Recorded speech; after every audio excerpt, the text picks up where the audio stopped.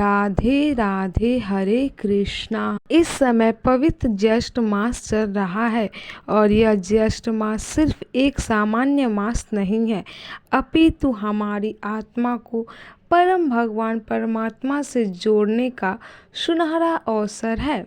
तो भक्त इस समय के अंदर भगवान श्री विष्णु की कथा सुनते हैं या सुनाते हैं, उनकी पूजा अर्चना करते हैं, उनके घर में सुख शांति और प्रेम का वातावरण बनता है।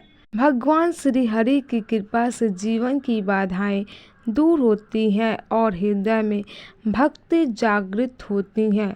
और इस ज्येष्ठ मास के पवित्र समय में हम प्रतिदिन प्रातः काल में इससे जुड़ी हुई सुंदर पौराणिक कथाएं सुन रहे हैं। तो चलिए हमारी इस कथा यात्रा को आगे बढ़ाते हैं और सुनते हैं आज की ज्येष्ठ मास कथा। ये आज की कथा आरंभ करते हैं। इस प्रकार भगवान की चर्चा करते हुए ब्राह्मण और शवर दोनों सुंदर स्थान में पल्लव बिछी हुई शैया पर सो गए। प्रातः काल होने पर दोनों ने तीर्थराज समुद्र के जल में विधि पूर्वक स्नान किया और फिर भगवान माधव को प्रणाम करके राजा के रहने योग्य उत्तम स्थान का निश्चय करने के बाद वे दोनों लौट आए। तत्पश्चात मित्र से विदा लेकर ब्राह्मण रथ पर आरूढ़ हुए और अवंतीपुर के लिए निकल पड़े। रथ पर बैठे हुए विद्यापति ब्राह्मण ने यह विचार किया कि मैंने जो भगवान नीलमाधव का दर्शन किया है उससे मेरा कर्तव्य पूर्ण हो गया। अब श्री पुरुषोत्तम क्षेत्र की परिक्रमा करके शीघ्र यहाँ से लौट जाऊं। ऐसा निश्चय करके वे अनेक प्रकार के वृक्षों से भरे हुए क्षेत्र और वन को देखते हुए उस समय उस पुरुषोत्तम तीर्थ की परिक्रमा करने लगे। परिक्रमा पूरी करके भगवान का ध्यान करते हुए बिना खाए पिए चले और संध्या होते होते अवंतीपुर में पहुंच गए। तो ने महाराज को उनके लौटने का समाचार सुनाया और यह सुनकर महाराज इंद्रद्युम्न अत्यंत प्रसन्न हुए। वे भगवान जनार्दन की पूजा करके विद्वान ब्राह्मणों के साथ प्रसन्नता पूर्वक बैठे और विद्यापति के आगमन की प्रतीक्षा करने लगे।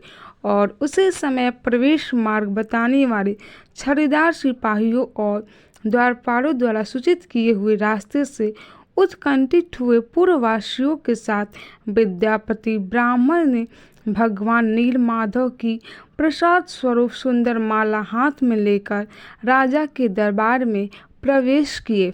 देखकर राजा सिंहासन से उठकर खड़े हो गए और उनके पास गए और फिर इस प्रकार कहने लगे, विद्यापति, आज मेरा जीवन जन्म और कर्म दोनों ही दृष्टियों से सफल हो गया, क्योंकि इस समय यहाँ प्रसाद माला के रूप में साक्षात माधव का दर्शन कर रहा हूँ। संसार के समस्त पापों का विनाश करने वाली भगवान विष्णु के मस्तक पर चढ़ी हुई इस दिव्य माला को मैं प्रणाम करता हूँ, जिनके चरण कमलों की धूलि को अपने मस्तक में लगाकर ब्रह्मा इत्यादि देवताओं ने महान ऐश्वर्य प्राप्त किया है। उन भगवान विष्णु के श्री अंगों में लगे हुए उज्ज्वल अंगराग से संयुक्त पुष्पों की आधारभूत इस सुंदर माला को मैं प्रणाम करता हूँ। ये नीलाजल के शिखर को विभूषित करने वाले पाप हरि हरि आपकी जय हो। शरणागतों की पीड़ा दूर करने वाले श्रीमान नारायण हैं। मैं आपकी शरण में आया हूँ, मेरा उद्धार कीजिए। अश्रु गदगद वाणी से इस प्रकार कहते हुए राजा इंद्रद्युम्न ने धरती पर मस्तक रखकर भगवान को प्रणाम किया। समय उनके अंग अंग में रोमांच आया। वे विद्यापति ब्राह्मण भी समस्त पापों से रहित होकर भगवान माधव का ध्यान करते हुए राजा के सम्मुख उपस्थित हुए और इस प्रकार कहने लगे, अपने तीर से संपूर्ण लोकों के पापों का निवारण करने वाले परम बुद्धिमान निराचल शिखर निवासी भगवान श्री माधव आप पर सदैव अनुग्रह करें। ऐसा कहकर विद्यापति ने वह माला राजा इंद्रद्युम्न के गले में डाल दी।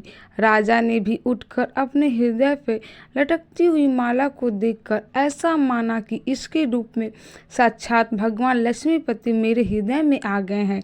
फिर दोनों हाथ मस्तक पर जोड़कर उन्होंने अपने नेत्र कुछ बंद कर लिए और आनंद के आंसुओं से गदगद कंठ होकर श्री हरि का इस प्रकार स्तवन करने लगे। राजा इंद्रदुम्न ने कहा, समस्त संसार की सृष्टि पारण और संहार रूपी शिल्प के कारीगर आपकी जय हो। अपने विश्वरूप के रोम रोम में लीला से ही असंख्य ब्राह्मणों का भार धारण करने वाले हे नारायण आपकी जय हो। हे प्रभु, आप सबके अंतर्यामी और शरणागतों का दुख हरण करने वाले हैं। ब्रह्मा, इंद्र और रुद्र आदि देवताओं के मुकुट से आपके चरणारविंदों की विचित्र शोभा होती है। आप दीनों, अनाथों और विपत्तिग्रस्त प्राणियों की रक्षा में सदैव तत्पर रहते हैं। हे जगन्नाथ, भक्तवत्सल, मैं अनादिकाल से भ्रम में भटकने वाला दीन मनुष्य एकमात्र आपकी शरण में आया हूँ, मेरी रक्षा कीजिए। इस प्रकार स्तुति करके राजा अपने आसन पर बैठ गए। उस समय गृहस्थ, ब्रह्मचारी, वानप्रस्थ और सन्यासी सब उन्हें घेरे हुए थे। राजा ने अत्यंत आदर पूर्वक विद्यापति का पूजन किया और अपने सामने चौकी पर बिठाकर आदि से ही कुशल समाचार पूछा। पुरुषोत्तम क्षेत्र के महात्मा निर्मणि विग्रहधारी भगवान विष्णु की महिमा और स्वरूप के विषय में भी प्रश्न किया और तब विद्यापति ने अपने अनुभव में आए हुए शब्दरथ द्वीप में प्रवेश से लेकर समुद्र में स्नान करने तक पुरुषोत्तम क्षेत्र संबंधी संपूर्ण वृत्तांत को विस्तार पूर्वक कह सुनाया। नीलाचल पर चढ़ना, नील माधव का दर्शन करना, रोहिणी कुंड में स्नान करना, कल्प वृक्ष की परिक्रमा, नृसिंह आदि स्वरूपों की प्रतिष्ठा, 8 शिव और 8 शक्तियों की स्थिति, रथ से घूमकर देखी हुई पुरुषोत्तम क्षेत्र की लंबाई और चौड़ाई, इन सब का क्रमशः यथावत वर्णन कह सुनाया। और यह अद्भुत वृत्तांत सुनकर प्रसन्नचित्त हुए राजा इंद्रदुम्न ने कहा, भगवान निरेंद्र मणिमय विग्रह वाले भगवान विष्णु के स्वरूप का यथार्थ वर्णन कीजिए।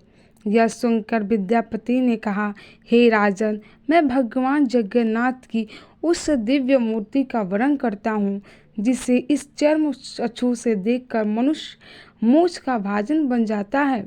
भगवान की वह मूर्ति अत्यंत प्राचीन और इंद्रनीलमणि नामक प्रस्तर की बनी हुई है। ब्रह्मा, रुद्र और इंद्र आदि देवता प्रतिदिन जाकर उसकी पूजा करते हैं। यह दिव्य माला देवताओं ने ही पूजा में चढ़ाई थी। हे राजन, यह ना तो कभी मलिन होती है और ना कभी इसकी सुगंध कम होती है। भगवान के दिव्य उपहार में आए हुए प्रसाद के भक्षण करने से मेरे समस्त पाप क्षीण हो गए हैं।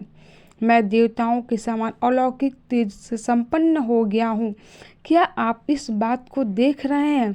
महाराज, वहाँ भोग और मोक्ष दोनों एक साथ स्थित हैं। वृद्धावस्था, रोग और शोक आदि दुखों का वहाँ अत्यंत अभाव है।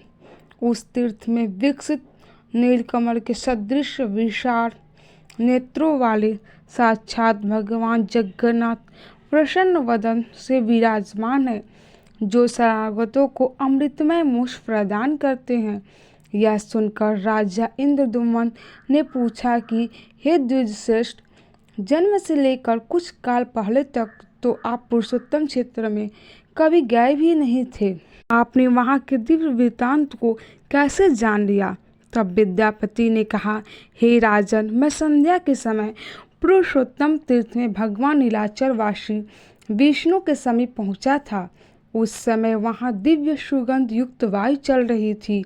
आकाश मार्ग में देवकाओं का सम्मिलित शब्द सुनाई पड़ता था। वहाँ विश्वासु नामक शबर मेरा मित्र है। उसने दिव्य उपहार, भोजन और यह माला मुझे प्रदान की थी। कभी मलिन न होने वाली यह बहुमूल्य माला लक्ष्मी तथा राज्य का सुख प्रदान करने वाली है। यह दरिद्रता और पाप का संहार करने वाली है, इसलिए इसे आपके योग्य समझकर मैं यहाँ ले आया हूँ। भगवान विष्णु वह उत्तम क्षेत्र सभी ओर से घने जंगलों से व्याप्त है। चल उसकी नाव भी है। लंबाई और चौड़ाई में वो 5 कोस का बताया गया है। तीर्थराज समुद्र के तट पर उसकी स्थिति है और वह सभी ओर से सुवर्णमय बालुका द्वारा आवृत है। पर्वत के शिखर पर एक बहुत ऊंचा वट वृक्ष है जो प्रलय काल में स्थिर रहता है और उसकी लंबाई 1 कोस की बताई गई है। वह फूल और फल से रहित और पल्लवों से सुशोभित है। सूर्य के हटने पर भी उसकी छाया में कोई परिवर्तन नहीं आता। उसके पश्चिम में रोही नाम से प्रसिद्ध कुंड है। वहाँ जल का उद्गम है। इसमें उतरने के लिए नीलपत्थरों की सीढ़ी उसकी शोभा बढ़ाती है।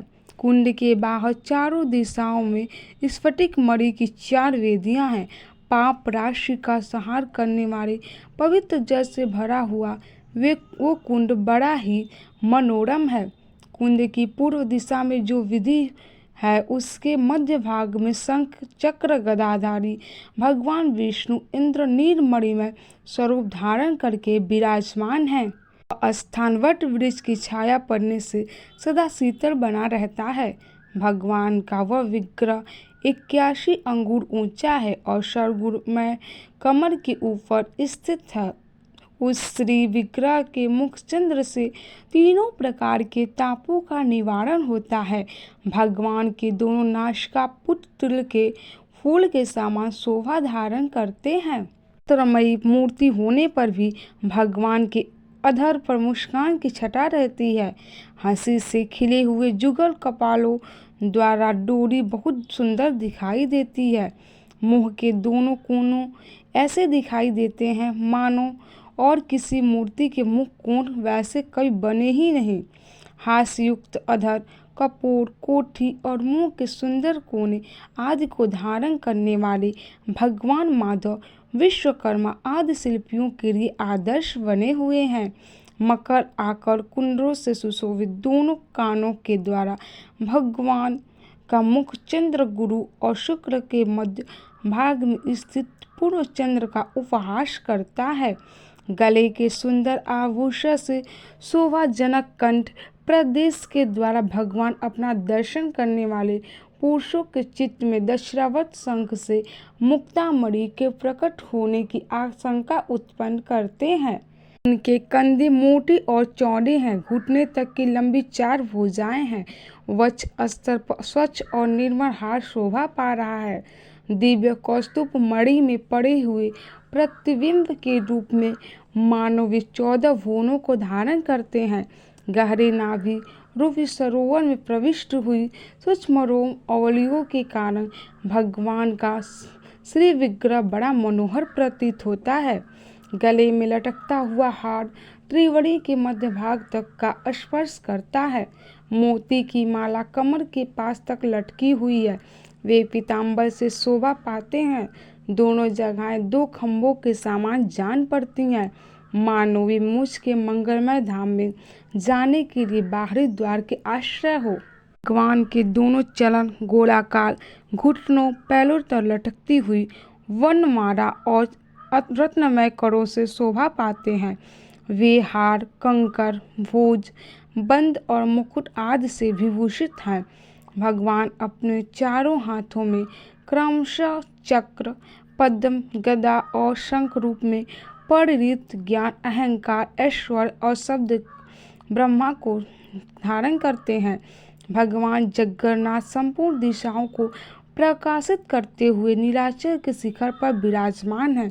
उनका दर्शन करके भक्त पूर्वक प्रणाम करने से मनुष्य देह बंधन से मुक्त हो जाता है। भगवान के वाम पार्श्व में भगवती लक्ष्मी देवी वीणा बजा रही हैं।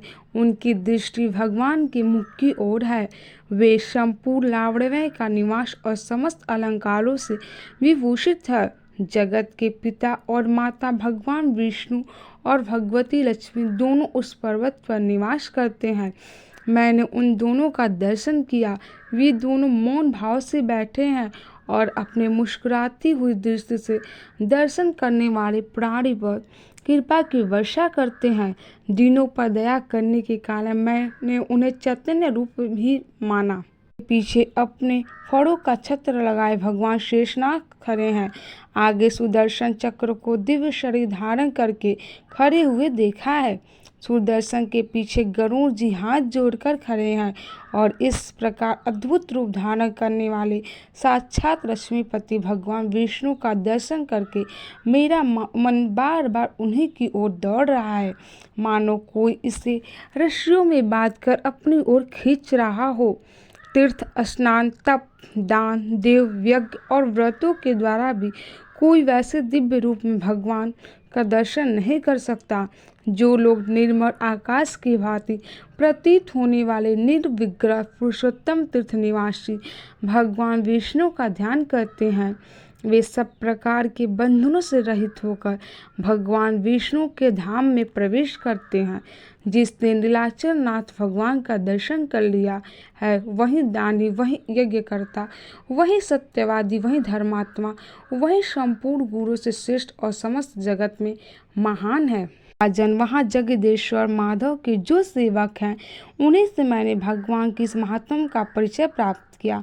वहाँ आदिश्रेष्ठ की परंपरा से चला आता हुआ पुरातन और सुप्रसिद्ध आख्यान सुनकर मैं यहाँ आया हूँ। हे राजन, आपकी आज्ञा से श्री पुरुषोत्तम का दर्शन करके वहाँ का सारा वृत्तांत मैंने आपको अब का सुनाया। अब आपकी जैसी इच्छा हो वैसा ही कीजिए।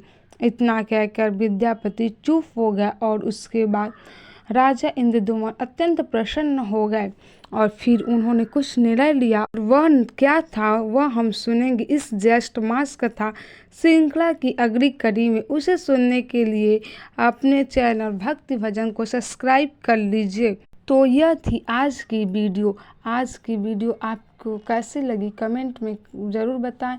वीडियो पसंद आए तो वीडियो को लाइक, शेयर और सब्सक्राइब करना ना भूलें। है आपसे अगले वीडियो में, तब तक के लिए राधे राधे।